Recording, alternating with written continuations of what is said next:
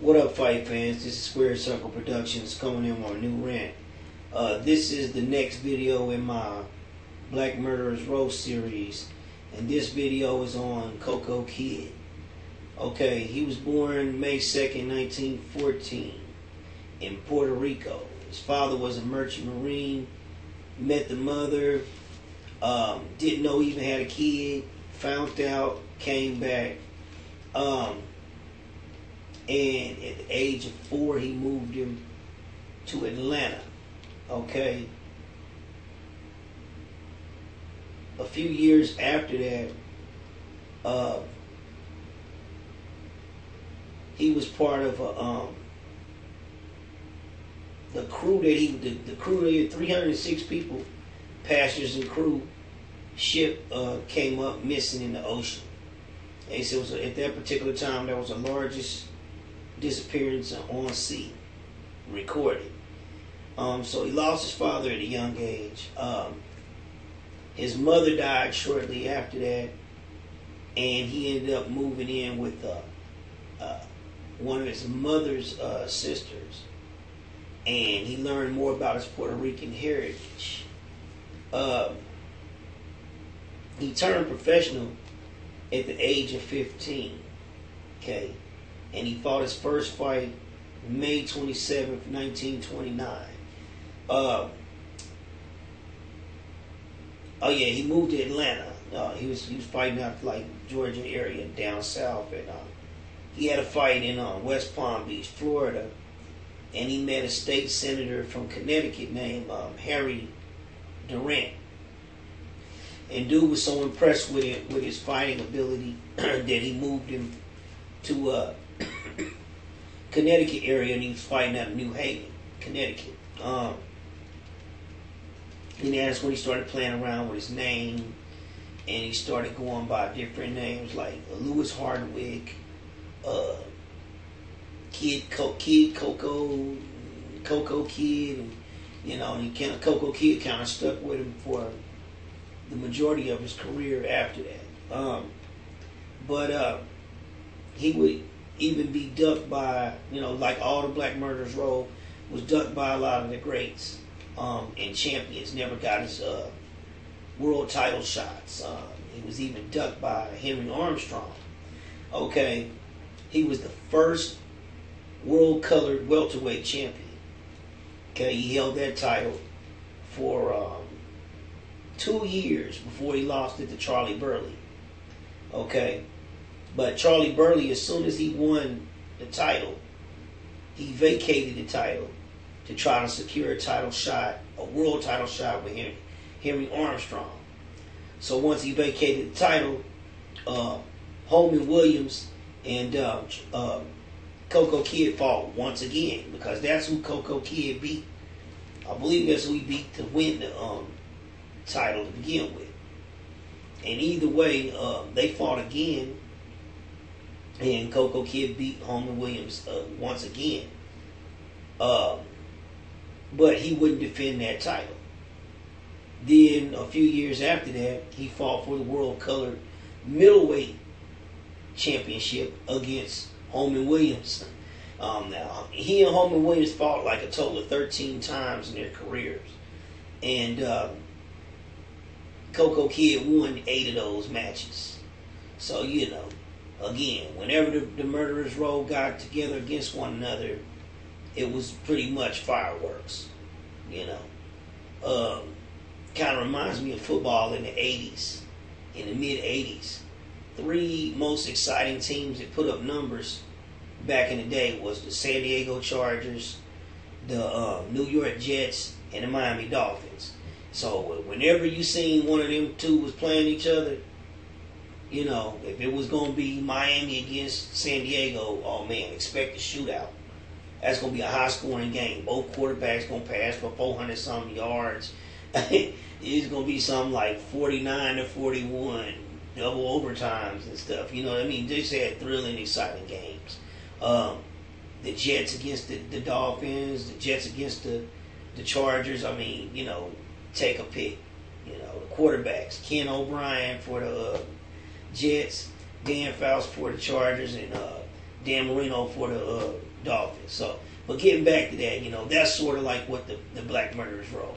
Charlie Burley against Coco Kid. Oh man, you know what I'm saying? I mean, it's just like there's a level of excitement when these guys fought each other. Because at the end of the day, these were their championship matches was against each other because they was getting ducked by all the champs, all the greats, Sugar Ray Robinson.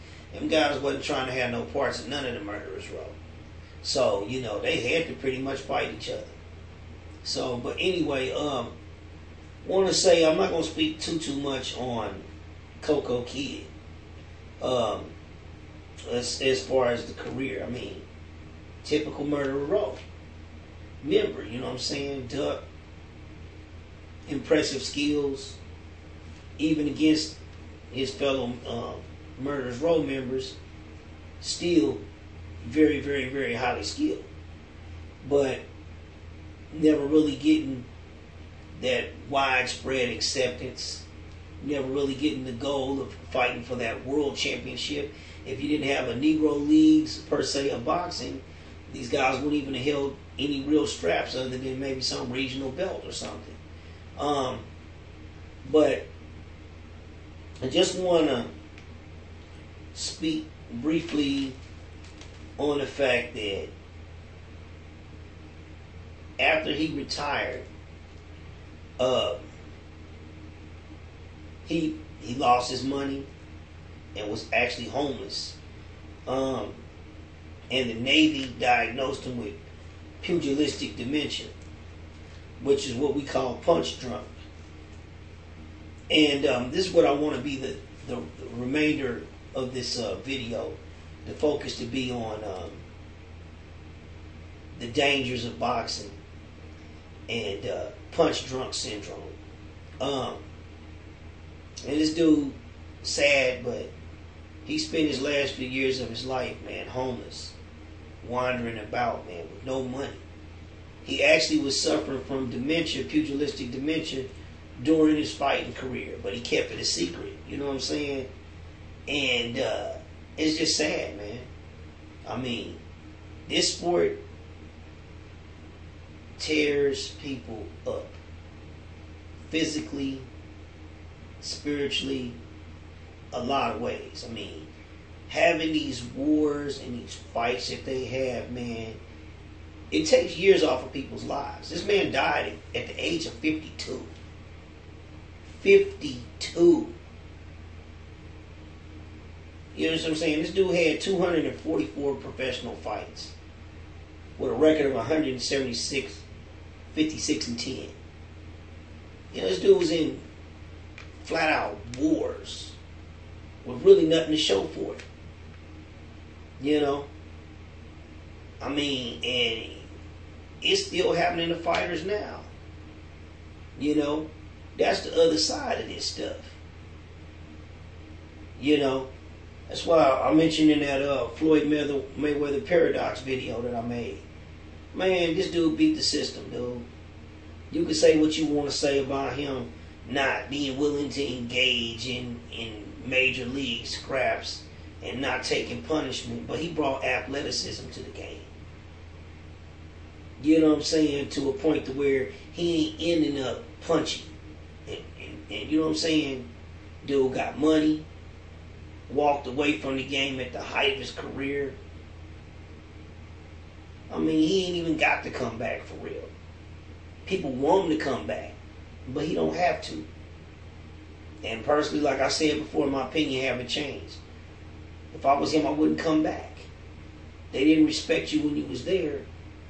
You know, and the only real reason why they want you to come back is because they can see if this person can beat you. I mean, hell, the dude is almost 40 years old. Of course he's not going to be as good as he was when he was younger. You know, he's still beating guys half his age. But eventually one of these young motherfuckers gonna put it on his ass. And he know that. You know, I mean, what's the point? You don't accomplish everything you accomplish. Again, people just want you back, man, because they want to see the privilege of seeing you get beat. Man, forget them, dude. Get your money. Because for every Floyd Mayweather Jr., you had a Coco Kid, man. You know what I'm saying? And for the life of me, I don't understand why the amateur boxing organization is allowing the men's boxers to fight without headgear. You know, in this age of concussion protocols in football, I just don't see it as very wise and really caring about the athletes in combat sports when you allow amateurs in boxing to no longer be required to wear headgear.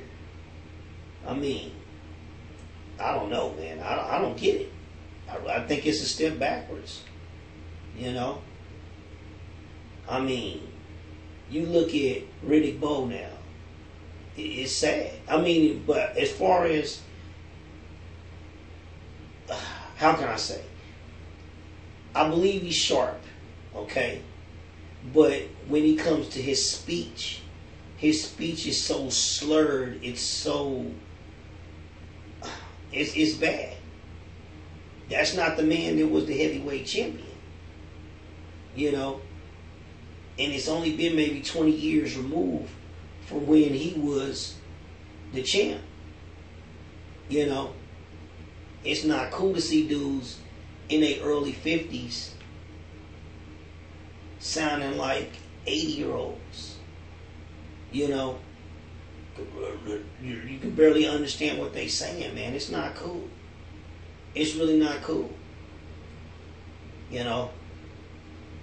And, you know, even James Toney speech is getting very, very, very, very slurred, and he's still out here fighting.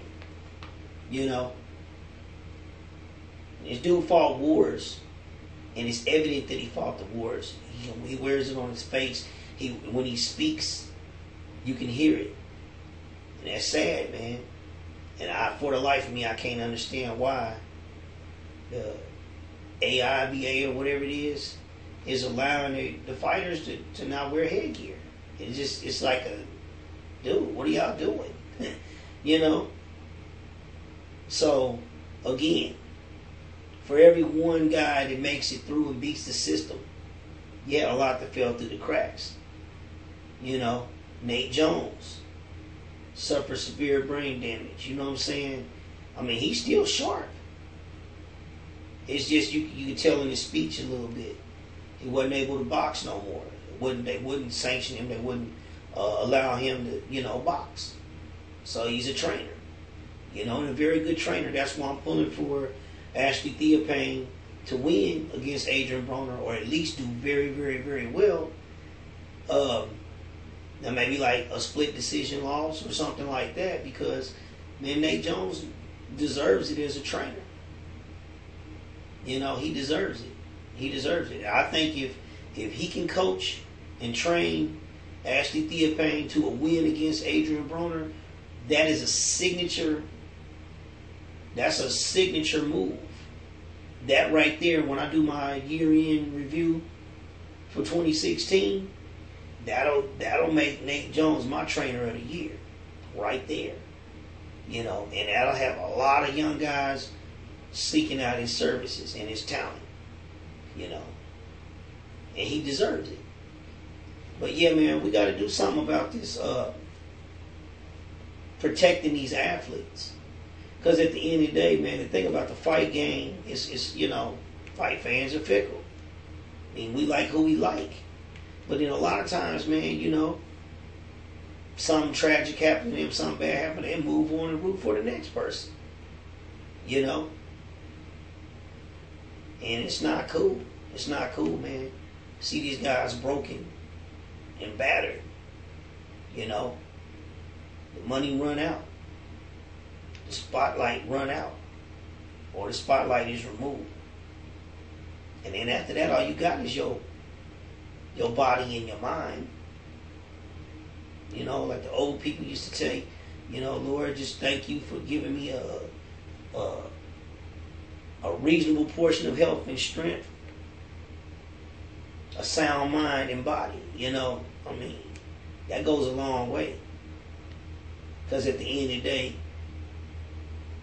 you can live better with $20,000 in perfectly good health and a right state of mind than a person can with $1 million something in a wheelchair and don't know he in this world. Real talk. You know. So, again, rest in peace, Coco Kid. You know, and I feel you. I felt your pain, man. When I read your story, it moved me, man. You know. But I really don't understand what's going on with the Amateur Boxing Federation. Why they allowing the athletes to fight without headgear? You know. Now you see they ain't doing that with the women's boxers, but they doing it with the men. You know. I mean, and I just think it's a bad move. I think it's a regression. You know. I like to see progress on all levels. You know. And that's a step backwards. You know. So, again, let me know what you think. Comment. If you got something to add to it, you're welcome. Feel free. Looking forward to hearing your response. But like I said, comment, rate, subscribe. Peace out. One love.